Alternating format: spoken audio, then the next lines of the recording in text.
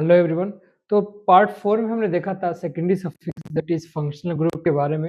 इस पार्ट में हम देखेंगे कुछ सेकेंडरी सफिक्स के बारे में बात करेंगे और प्राइमरी सफिक्स के साथ इसका नेमिंग में क्या क्या कुछ रूल है थोड़ा सा देख लेंगे, वो छोटा है।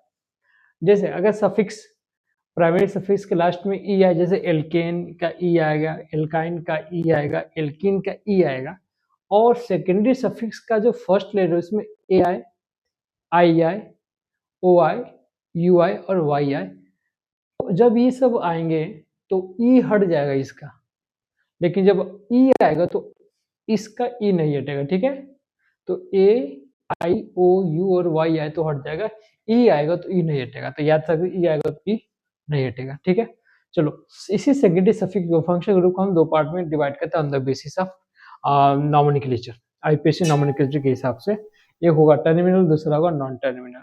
टर्मिनल का मतलब ये है कि जो लास्ट में आए, किसी पैरेंट यानी कि लास्ट में आए, उसको बोलते हैं टर्मिनल। जैसे एल्डिहाइड टर्मिनल होता है आपका, ये भी टर्मिनल में आता है, ये भी आता है, ये भी आता है आपका, एसिड हाइड्राइड भी आता है आपका। एक्स्ट्रा टर्मिनल में नहीं आता, लेकिन ये नॉमेनक्लेचर में इसका कार्बन फर्स्ट कार्बन नंबरिंग में आता है, इसलिए हमने इसको यहाँ पे रखा है। बाकी सबके कार्बन फर्स्ट नंबरिंग में आएंगे अगर ये अपने आप में क्या हो, प्रिंसिपल फंक्शनल ग्रुप हो तो। ठीक है, इधर नॉन टर्मिनल में अगर बात करें, जैसे कीटोन, यहाँ पे कार्बन है तो इसमें जनरली कीटोन होता नहीं है, सिर्फ इसको छोड़ के। एल्कोहल आ गया, थाई एल्कोहल आ गया, एमाइन ग्रुप आ गया आपका, आपका ये आ गया सल्फोनिक एसिड वाला ग्रुप आ गया। तो ये सारे के सारे नॉन टर्मिनल में आएंगे। अच्छे से देखेंगे जब हम नॉमेनक्लेचर के एग्जाम्पल लेके चलेंगे तो।